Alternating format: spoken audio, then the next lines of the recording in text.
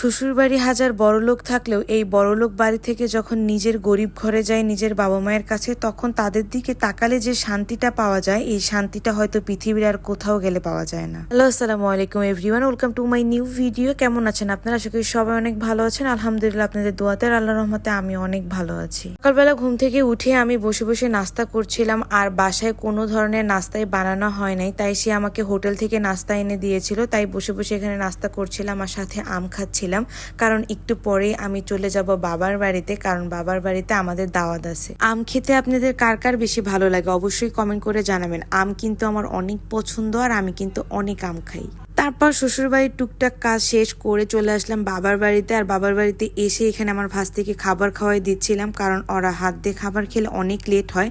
তাই ভাবি বললো ওদেরকে একটু খাবার খাওয়াই দিতে। ওদেরকে খাওয়াই দেওয়ার পর আমরা সবাই একসাথে বসবো খাবার খাওয়ার জন্য। বাবার বাড়ি একটু কাছে হওয়ার কারণে আমার এত সুবিধা হয়েছে, এমনও হয় আমি শ্বশুরবাড়ি একবেলা খাই, বাবার বাড়ি 2 বেলা খাই, আবার শ্বশুরবাড়ি একবেলা খাই, বাবার বাড়ি একবেলা খাই, আবার বাবার বাড়ি 2 বেলা খাই, শ্বশুরবাড়ি একবেলা খাই। এমন হয় আম্মু যা রান্না করে তাই বাটি ভরে বাসায় পাঠায় দেয়, আবার যা রান্না করে বাসায় ডাক দেয়। এভাবে বিন্দাস লাইফ কাটাচ্ছি আমরা দুইজন, আর এইভাবে যেন সারা জীবন কাটাতে পারে এই দোয়াটাই করবেন। আর এখানে দুপুরের খাবারের মেনুতে কিন্তু অনেক আইটেম ছিল। ইলিশ মাছ ভাজা, গরুর মাংস, রোস্ট, তারপর চিংড়ি মাছের ভুনা, শসা, লেবু, মিষ্টি, পোলাও, ভাত, মানে অনেক কিছুই ছিল। দই, মিষ্টি, অনেক ধরনের আইটেম ছিল। মানে সবাই একসাথে খাওয়া দাওয়া করছিলাম আমরা। আমাদের ফ্যামিলিতে 2 ভাইয়া, মা, বাবা, আমরা সবাই একসাথে হলে আসলে বাহিরের মানুষ দরকারই হয় না।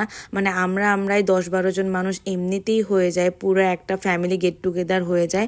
অনেক ভালো লাগে যখন ফ্যামিলির সব মানুষগুলো একসাথে থাকে, আনন্দ হয়, মজা হয়। ফার্স্টে ইলিশ মাছ ভাজা দিয়ে পোলাওটা নিয়ে আমার একদম ভুল হয়েছে। ইলিশ মাছ ভাজা দিয়ে আসলে আমার ভাত খাওয়া হয়ে গেছিল অর্ধেক, আর পেটও ভরে গেছিল, যার কারণে আমি পরে আর কোনো ধরনের তরকারি দিয়ে মানে খাবারটা খেতে পারি নাই। একদম লস, কি আর বলবো। পরে মা আমাকে বাটি ভরে সবকিছুই দিয়ে দিছিল আমার শ্বশুরবাড়ির জন্য। তারপর আমি বাসায় এসে রাতে মজা করে সবকিছু খেয়েছি, আর রাত 1টার দিকে আমার মিষ্টি খেতে মন চাচ্ছিল, আর এই মিষ্টিটা মা আমার জন্য পাঠাই দিছিল বাসায় থেকে। আর এই কালো মিষ্টিটা এত পরিমাণ মজা ছিল যে রাত 1টার দিকে আমার এই মিষ্টিটা হুট করে খেতে মন চাইছে। ভাগ্যিস মা এই মিষ্টিটা আমার জন্য পাঠাই দিছিল। দেন তারপর ফ্রিজ থেকে বের করে আমি বসে বসে রাত 1টার দিকে এই মিষ্টিটা খাচ্ছিলাম। এত মজা ছিল, কি আর বলবো। আজকের ভিডিওটা ভালো লাগলো অবশ্যই আমার পেজে লাইক, ফলো এবং শেয়ার করে পাশে থাকবেন, এবং বেশি বেশি করে কমেন্ট করবেন। আল্লাহ হাফেজ।